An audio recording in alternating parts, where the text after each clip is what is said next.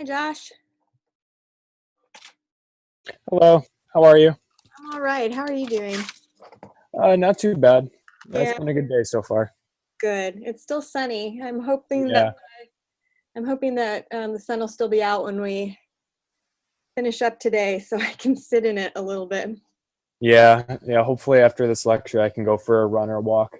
Oh yeah, are you a runner? I try to. Yeah.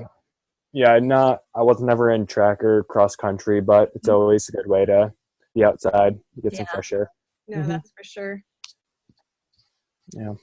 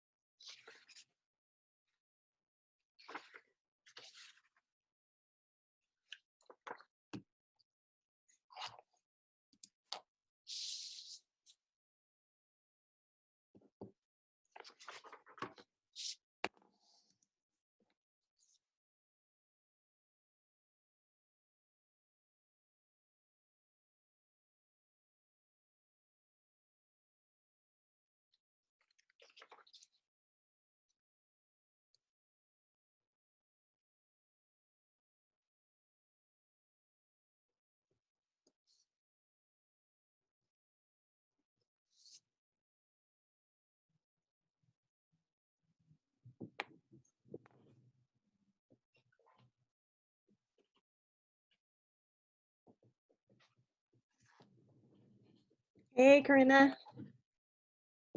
Hello.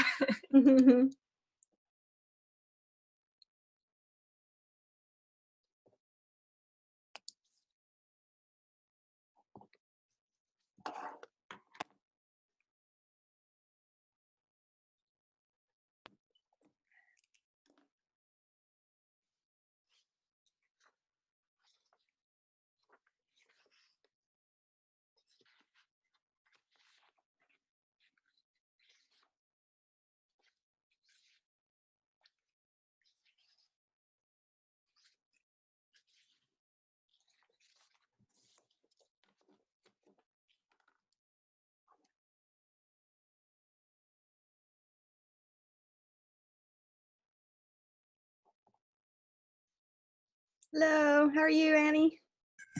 I'm good. Oh, I discovered one of my housemates has been growing an orchid in our kitchen this whole Really? time. Would Yeah, you like to see it? I would love to. Okay, one sec. Okay.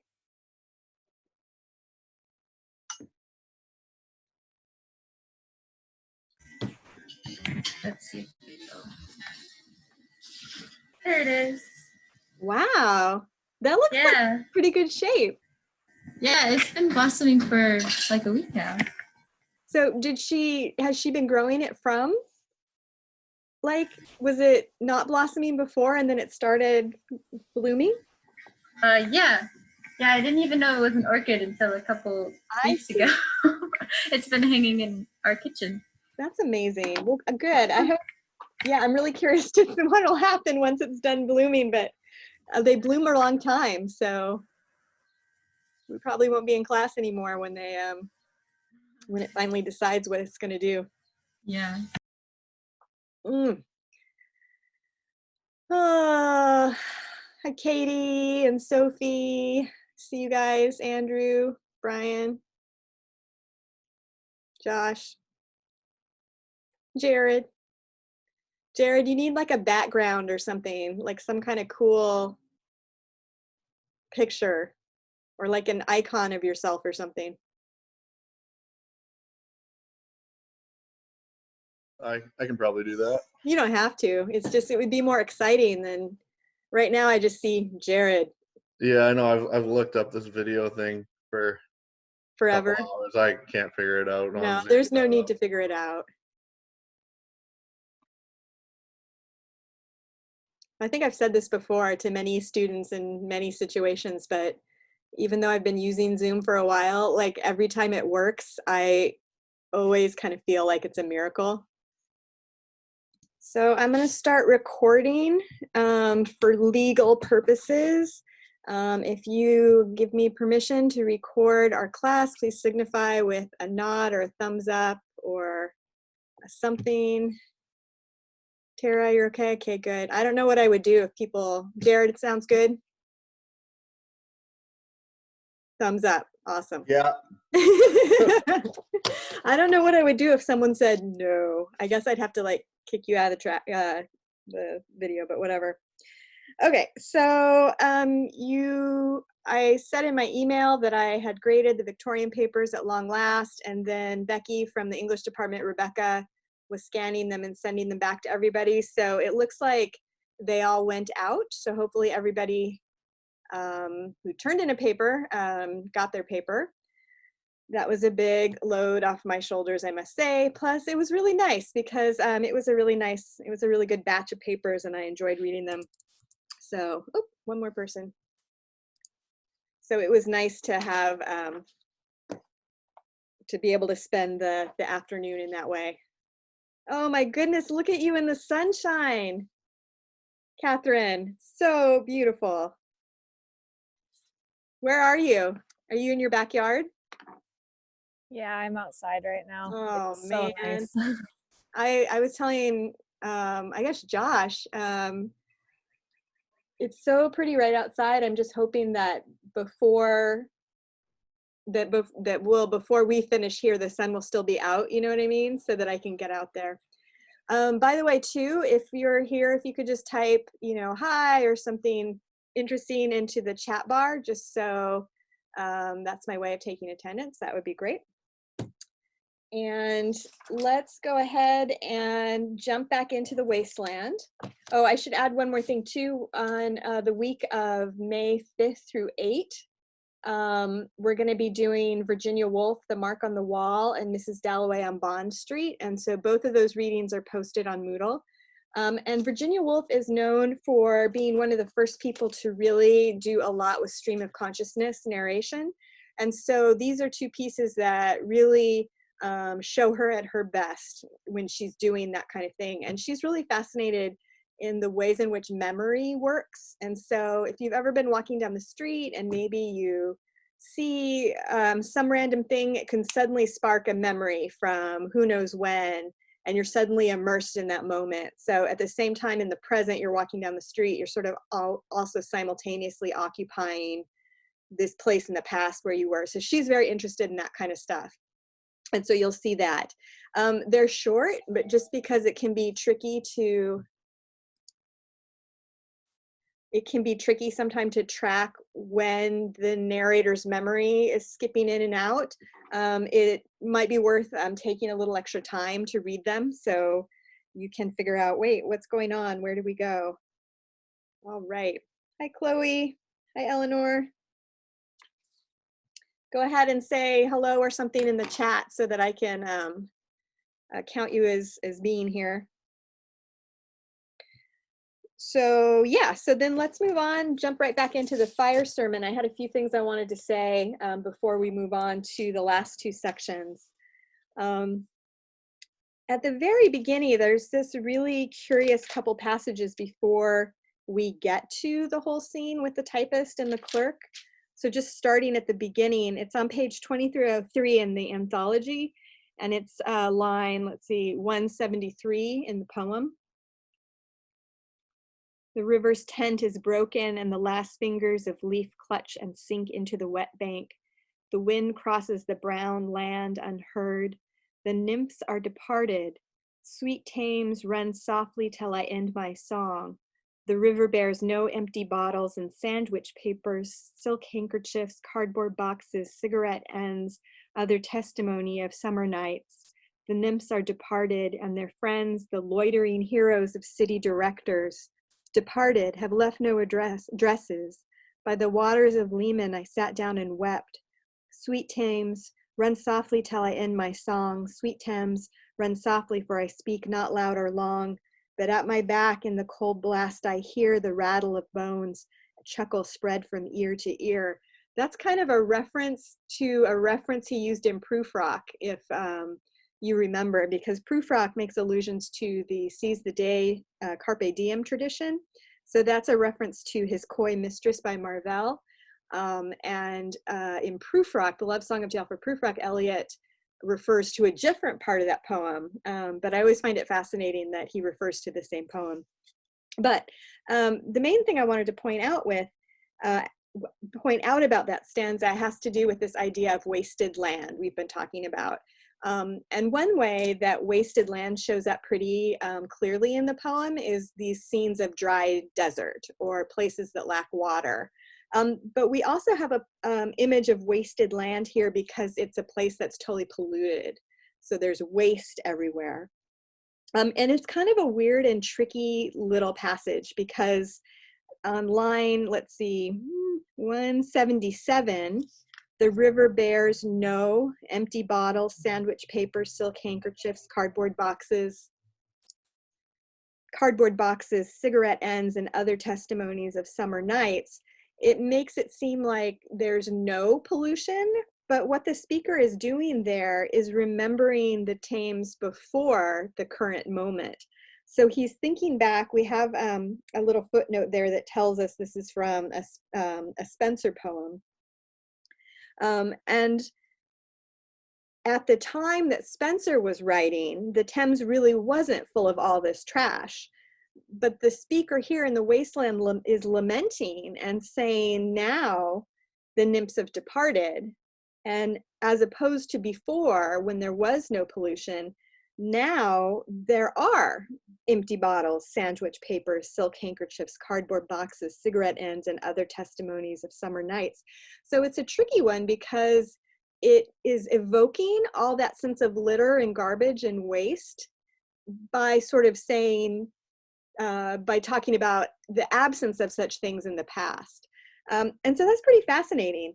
Why do you think that he, instead of just saying the Thames is full of, the river bears empty bottles and so forth, why do this like weird reference where the speaker refers back to the past and then talks in the presence about a river that isn't polluted? Like, why not just speak about it directly? What are your thoughts about that?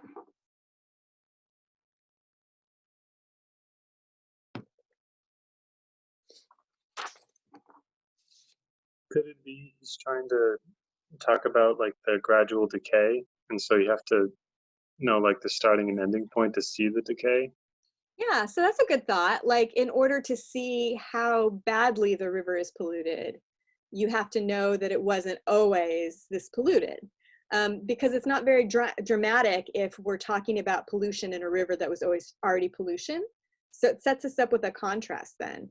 And if we push that further, it's a contrast that's set up for us through an allusion to Spenser, who's this sort of, you know, classic traditional poet who was writing around the time of Shakespeare.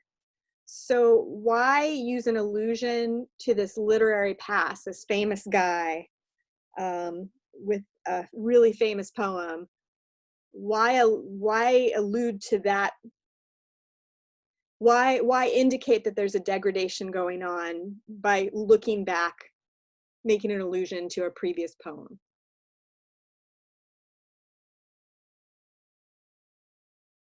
Or let me try to stumble and put it a different way. It shows us how the river's been degraded and become more polluted. But why use a river, the clean version of a river located in a classic traditional poem, as the point of reference? Why not just make a claim to it didn't used to be this way or something? Why make that comparison by locating the clean version of the river in this poem by Spenser from 1595 or 96 rather?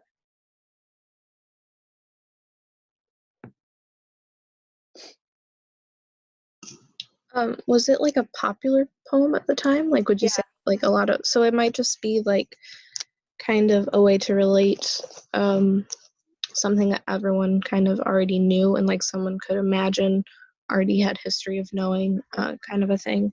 And so it's easier for them to say, oh, well, I imagine this, since it's just more of a picture type, like it helps the reader imagine more maybe at the time. Visualizing thing? Mm-hmm. Yeah, that could be part of it. What else? What are other sort of ideas about? I mean, illusions certainly work by giving us different perspectives that kind of enrich the imagery we have. And even more, like, why illusion, even let's say it wasn't a popular poem. Like, why is the fact that Eliot is alluding to a poem by Spenser that is part of the literary canon, but is from a long time ago? What else does it do, I guess, this particular allusion? Well, the decay of the river isn't just like the river's decay, it also represents all of culture, right? And poems are like really emblematic of culture. So like there was this great poem and this great river, and now like everything's degraded. Yeah, I think that's interesting how you were saying that poems are about culture. So if there was this great poem that represented culture back when the river was not polluted, and now we have the wasteland, by implication, what might that also be saying about the poem itself? What is the speaker implying about the wasteland, the poem? I mean, that it's emblematic of the culture, I guess. I don't. It could be. No, this is great. So in what way is the wasteland, the poem, emblematic of like the current state of culture? Well, I think he's saying like it once was really great and now it's fallen, right? So there's no water and it's just like this barren land with no relationships and all of that. So in a way, the poem is itself kind of fragmented and degraded in a way. Like if it's well, that too. Yeah. Well, that's what I mean, right? So the subject matter of the poem, let's say, is degraded because instead of it being like love stories of people connecting, it doesn't have that stuff. right? And in the same way that we see a lot of fragments of poetry, so we have fragments, the allusions are all fragments from other pieces. The poem is composed of fragments. It's a poem that is no longer, if poetry is supposed to be a unified thing like Spenser's poem was, The Wasteland is not a unified poem because it's built on all these fragments, right? So there's a way in which that makes sense as a 20th century poem, because the culture that's now capable of producing poetry can only produce a fragmentary poem that's kind of clutching at the literary past. It's like trying to grab pieces here and there and cobble them together. So it's a really weird way in which the speaker in that stanza is commenting on the poet that it's the poem it's actually a part of, you know, which is kind of weird. But I think it's a good way to think about the allusions and how they function in the poem. And there's a certain kind of nostalgia there, right? So to say, oh, I'm thinking about Spenser, where he was talking about this beautiful river. And the poem too, we have a handy little footnote from Eliot saying that this is the poem that was meant to celebrate a marriage, a double marriage. So it's a kind of a love poem. So the Wasteland itself is looking back kind of nostalgically toward a time when poems could be love poems and they could celebrate marriage and be used in all these kinds of different ways.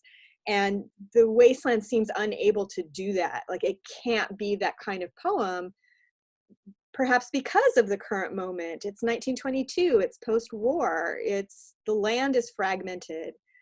Lives are fragmented. If you had a loved one that served in the war and did not come home, your family is now fragmented. Your future has become fragmented. Like the poem occupies a moment in time when the world is very fragmented. And so it kind of makes sense then that such a fragmented culture would produce such a fragmented, degraded poem. So yeah, so it's like a really weird moment there. Okay, so just to kind of recap what we were doing before, we had finished up, we were looking at scenes of failed love, and we had finished up with the typist and the clerk. And another thing I wanted to point out is that it's pretty revolutionary to have the typist be kind of a main character in the poem, because this is a woman who's not, for example, say a Cleopatra or a really famous wealthy woman or some kind of heroine. This is just this sort of you know, woman who probably doesn't make a lot of money. She's degraded. She's may possibly be a prostitute. We don't know. She certainly doesn't seem to be very aware of her surroundings. She's not like a really depicted in this really highly esteemed way. But in a way, it's like this is supposed to be just like a normal everyday person. And so the fact that Eliot would pick sort of a normal everyday, you know, secretary, a typist who goes to work every day and doesn't have a lot of financial resources and make this person like a protagonist in what's supposed to be a big, serious, major poem, like is really astounding for the modernist period, is really astounding for poetry. Because previously poems were about heroes and famous people and fair maidens and noble and chivalrous men. They weren't about your run-of-the-mill everyday typist who goes to work and then comes home and has an encounter and then smooths her hair. So the fact that there's this sort of moment, this kind of everyday moment with an everyday person is also pretty extraordinary for a poem at this time period. So I wanted to point that out for sure. And the other thing is just to remind ourselves that the way, and we've looked at these three scenes of failed love, we have the bourgeois scene that associates sexuality or relationship with, like, there's elements of violence and death because of the rape of Philomel, but there's also this kind of boring, we're passing time by playing this chess where people go back and forth, but there's no real connection. Then there's the pub scene where sexuality and intimacy is kind of associated with just pure consumption and bodily desire and production, like a machine. And then we have the typist and the clerk, where sex is like, gosh, it's like, what is it even? It's vacuous. Like, it doesn't even require two people to be fully present at all. It's just almost as if they're independent of each other, and their bodies are what, on just auto drive or something like that. It's all not autonomous. It's all just automatic. And it's a way, again, to pass time. She says, well, that's done. I'm glad it's over, and now let's move on to the next thing. So in all these cases, like, we have example of, no matter what class you're in, no matter what socioeconomic position is, whether you work, whether you don't, whether you're married, whether you're single, like, this kind of failed ability to relate to others is endemic everywhere. Like, nobody can escape this. We don't see any examples of people who, like, despite it all, nevertheless, are like together and relating and bonded in some way. These are all sort of examples of failed love that kind of, by covering so many kinds of people in terms of race, class, gender, not race, I'm sorry, class and gender, socioeconomic, educational levels, the fact that it's such a diverse range of people through these three scenes tells us that this is sort of a universal problem that the poem is addressing, or that Eliot identifies in 20th century culture.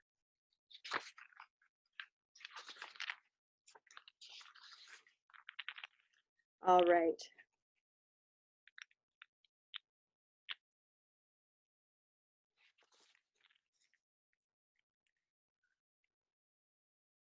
Okay. Any thoughts or questions about the typist that maybe you thought about later or are chewing on now?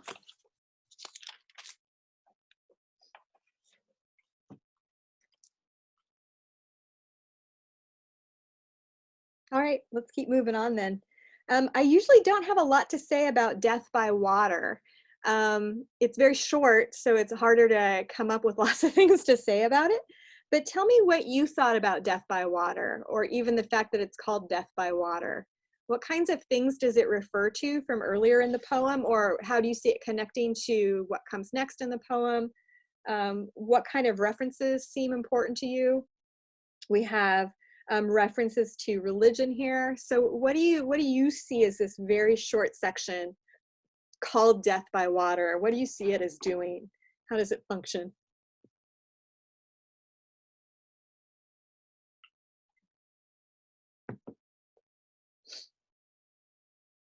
It seems like it kind of functions to further the doubt of religion and of resurrection that we saw in the first section, because this guy Phlebas kind of just dies and stays dead.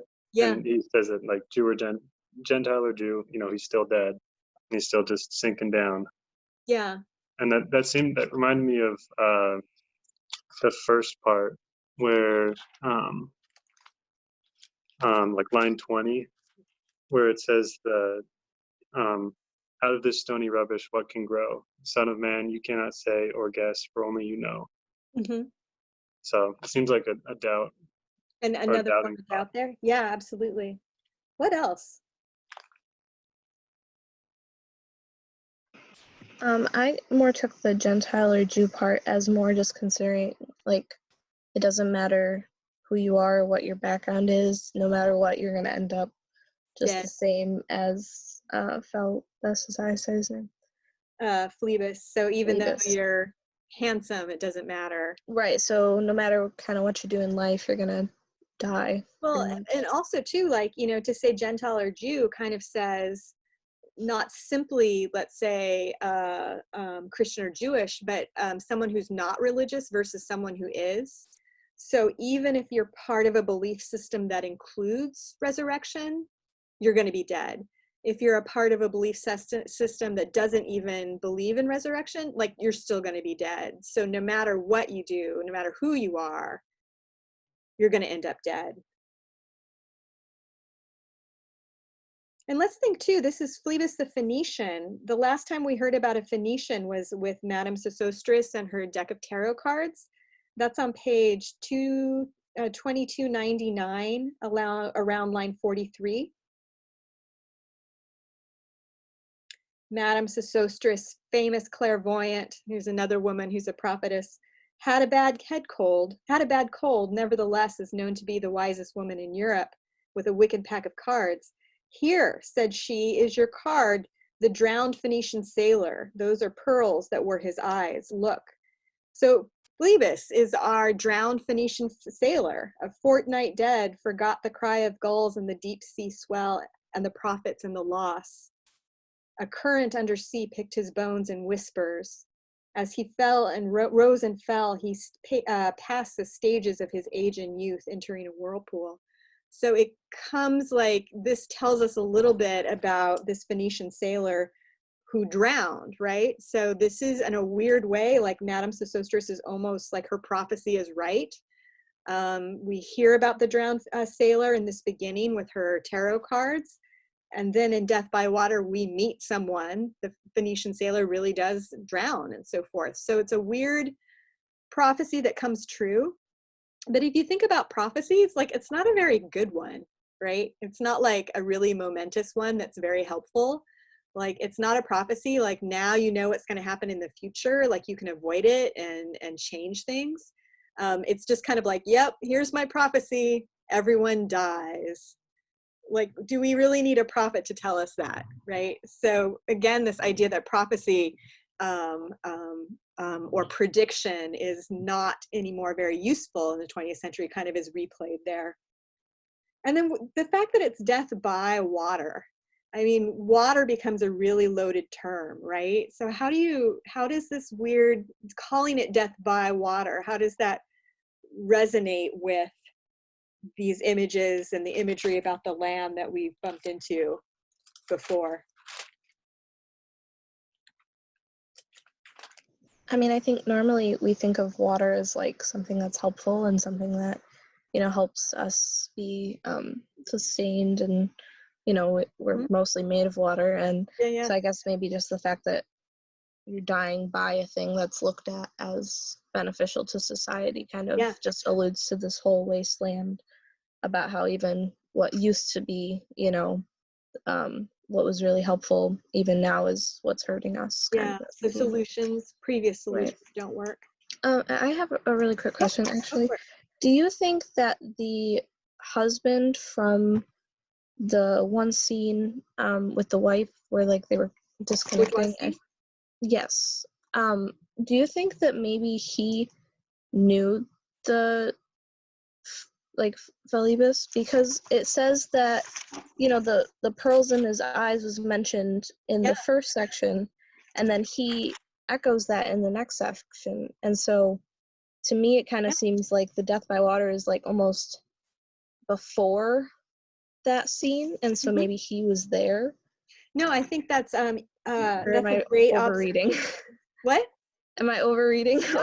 No. I would say it's maybe we wouldn't take it as literal as he knew this person. Mm-hmm. But I think the fact that you're picking up on those were pearls that were his eyes represents someone who's drowned and dead. And the fact that it comes up in the cards, but then it also comes up again. And we talked a little bit about how it seems like the husband might be a war vet, maybe, we're not really sure. So that kind of brings in there this idea of death. Although death and drowning in the war is a little tricky to parse. Certainly we know from the They Shall Not Grow Old that people did drown, if they might drown in mud. And we know from the trench warfare poets, their Dulce et Decorum Est describes a gas attack as drowning, but it's kind of usually, you don't think about dying in the trenches as an act of drowning, right? We usually think about dying during the war as because of bombs or being shot or something like that. So I think the poem is kind of reminding us again and again of this dead sailor, and bringing the dead sailor up in different contexts, and it means different things depending on which context it is. So with Madame Sosostris, it comes up as a prophecy that's really not so great. Like the prophecy is simply everyone dies. And then when it comes up with in the bourgeois scene, it seems like, oh, this is someone who experienced death or has seen death, or maybe has a friend who died during the war. And that's different from a prophecy because it's already happened. And then we get it again here in Death by Water, which again kind of tells us, like it fills in what happened when Madame Sosostris was doing her predictions. And maybe you could say, oh, and this fills in what the husband was thinking about at the time too. Like maybe it just provides more information and it just took us so long to get here. It's a little bit too late. And even if we find out more details about someone who's died in the war, like what good does it do? They've still died in the war. How are we supposed to, would it change how we remember someone or memorialize or honor someone if we know more or less details about how they died? Like, do these details matter? Do they not? And I think those kinds of questions in the poem often don't have an answer, because those kinds of questions in the world often don't have an answer. There's not sort of like this pat solution to why this illusion would come up in these 3 different times. And don't forget too that the original allusion is to Shakespeare as well. So we have a really dense layer of allusion to allusion to allusion that makes it pretty complicated. And I think that's part of the point. I think it's meant to be complicated and frustrating to read because it kind of matches the experience of living in 1922. It's frustrating. You don't know what to do about life. You don't know how to understand surviving a war. And that's frustrating and difficult as well. That's a great question.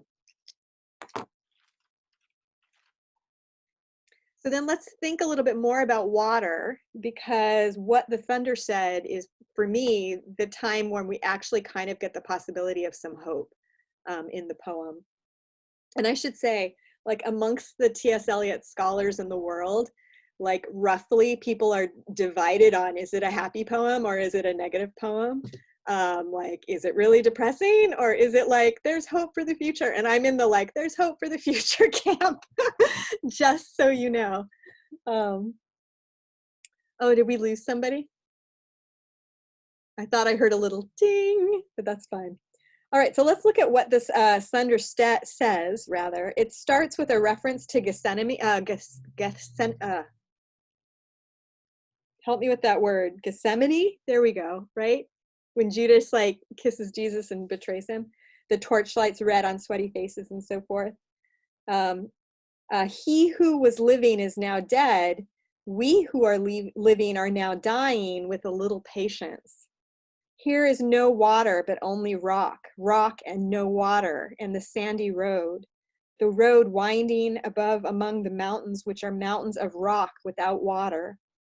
If there were water, we should stop and drink amongst the rock. One cannot stop and think. Sweat is dry and feet are in the sand.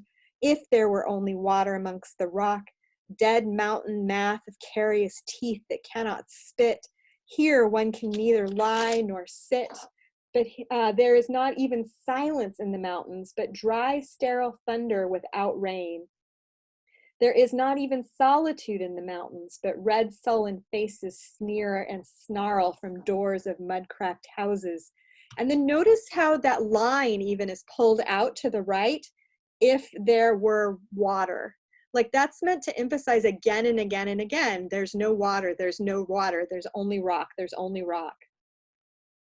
If there is no water, if there were water and no rock, if there were rock and also water and water, a spring, a pool among the rock, if there was the sound of water only, not the cicada and the dry grass singing, but the sound of water over a rock, when the hermit thrush sings in the pine trees, drip, drop, drip, drop, drop, drop, drop, but there is no water. So lots and lots of water repeated here again and again and again. And you almost get the feeling of like, you know, when you're thirsty, like, and you really want a glass of water to drink, like suddenly that's all you're obsessing about. Like, or if you're hungry, all you're thinking about is like some snack, or like if you're craving ice cream, like you can't get it out of your head. And so the speaker here feels like kind of like obsessing over like, if there were water, if there was water. And notice too that line, there's not even silence in the mountains, but dry, sterile thunder without rain. like it's particularly cruel because usually when you hear thunder, it's like, yes, the rain is coming, but not this thunder. Like even this thunder is kind of lame and it's sterile and it's not productive. It's failed as thunder. Even then, so it might as well, it would be better off if it was just quiet because this is just too cruel to tease us. But then I feel like there's a little bit of a shift. Who is the third who walks always beside you? When I count, there are only you and I together, but when I look ahead up the white road, there is always another one walking beside you, gliding wrapped in a brown mantle hooded. I do not know whether a man or a woman, but who is that on the other side of you? And that alludes to the road to Emmaus, right? It also, T.S. Eliot tells us, is an account of Shackleton's experience in Antarctica when they were discovering going and hiking through. Eliot says that there was always this delusion there was someone else here. But we also seem to have an echo of this account of Jesus being with the two disciples and they didn't know it. So suddenly, like maybe there really is some hope of resurrection. It could be delusional, right? Because Shackleton was delusional from the cold, but maybe it's not. Like maybe it's not. And as we get forward, we get finally at last to thunder that actually does something. So if you look at lines 386, in this decayed hole among the mountains in the faint moonlight, the grass is singing over the tumbled graves about the chapel. There is the empty chapel, only the wind's home. It has no windows and the door swings. Dry bones can harm no one. Only a cock stood on the roof tree. Cocorico, cocorico, in a flash of lightning, then a damp gust bringing rain. And notice again that bringing rain gets to be its own line.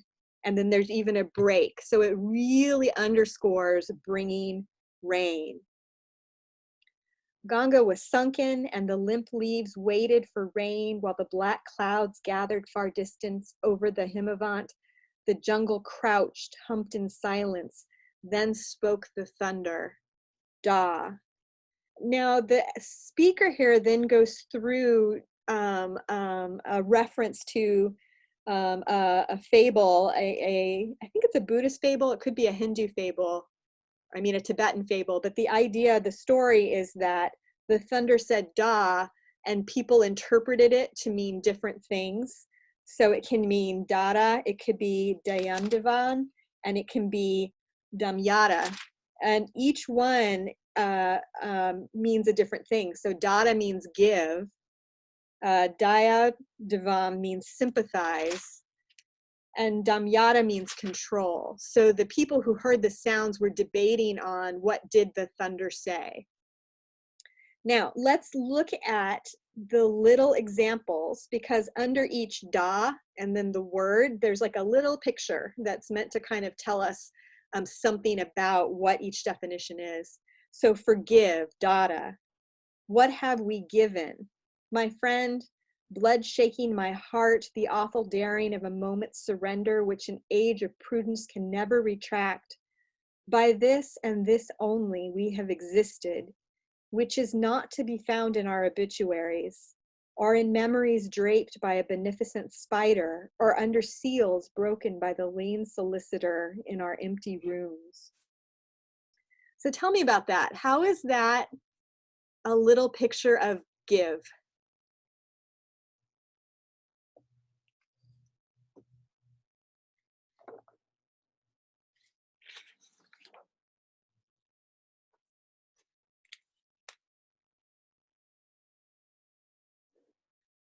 How does this work with what did the thunder said? The thunder said give. And this is the thunder that finally brought rain. It said give. So how is this little chunk there, the rest of the stanza, a picture about giving or to give or to be given to? How does this little picture work?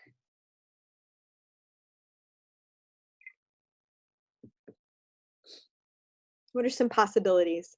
since it's the wasteland, it can go in a bunch of different directions at once, which, you know, actually really all poetry is that way, right?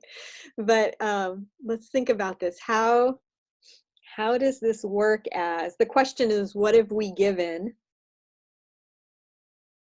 So how does this little passage relate to that question or answer that question?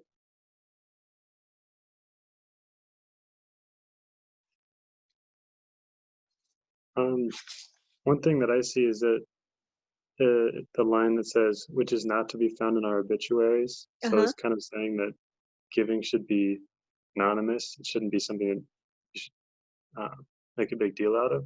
Okay. Is that right? Sure. I mean, yeah, so like the idea here would be that giving is not meant to be ostentatious. Yeah, that's what I was kind of getting.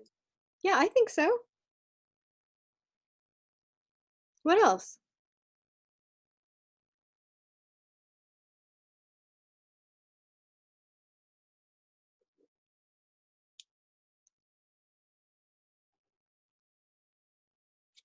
To give. What have you given, my friend? Blood shaking my heart, the awful daring of a moment's surrender, which an age of prudence can never retract. By this and this only we have existed. How is that a version of giving or given?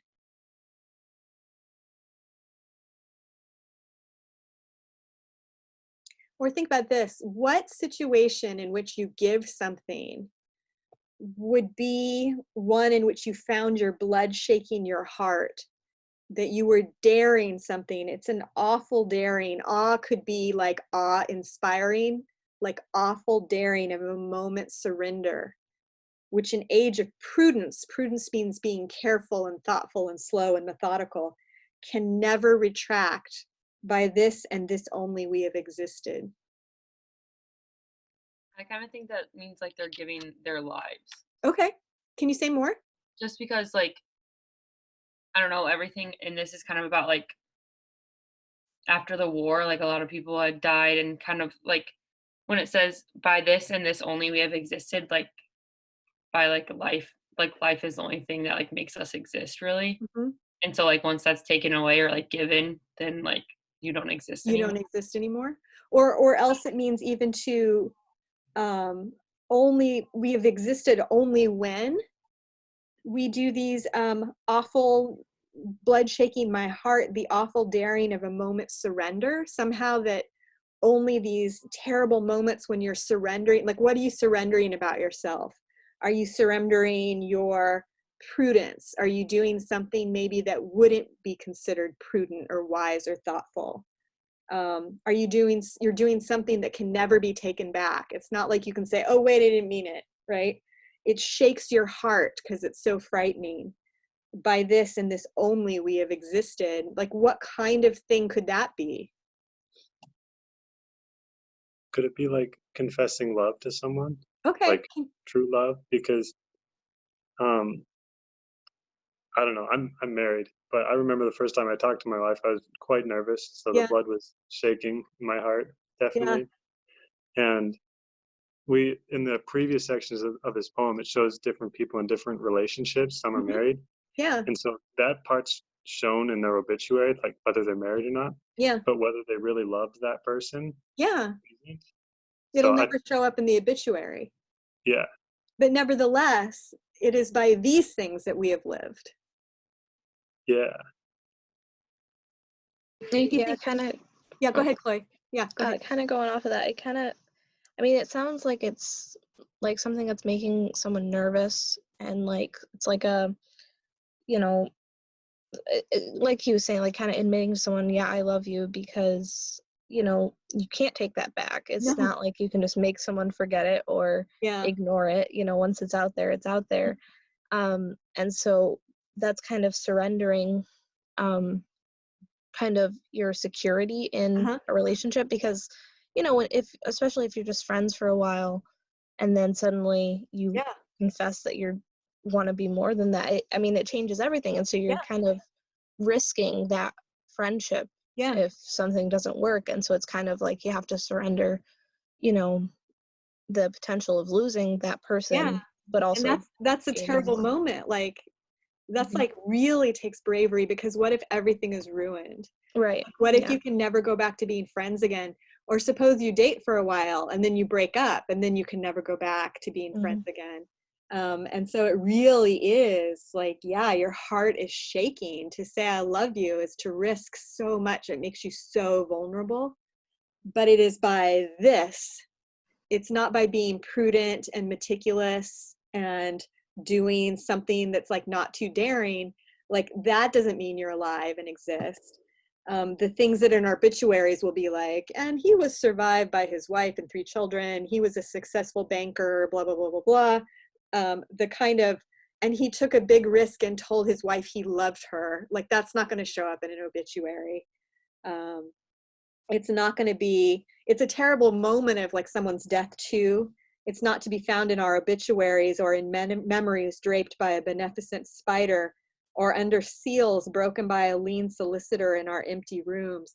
Like the common way that wills would be read is that the family would gather and the lawyer would break the seal on the will and say, this is who gets what. But here is someone, a solicitor, breaking the seal, but the room is empty. So the family isn't even there. So what does it matter if this person has amassed any kind of wealth or land or anything, because no one is even there to care about it. So it's a pretty depressing image of being alone in an empty room. So yeah, what have we given? Like, you can say giving yourself or surrendering yourself is a kind of giving. This is the kind of giving that brings rain. This is the kind of giving that is terrible and frightening and makes your blood beat hard. Like, you know you're alive because your heart is pounding, pounding. You're not like in this like zombie state where you're just going to work every day. You're not like the typist. You're like alive, alive, alive in that moment of daring.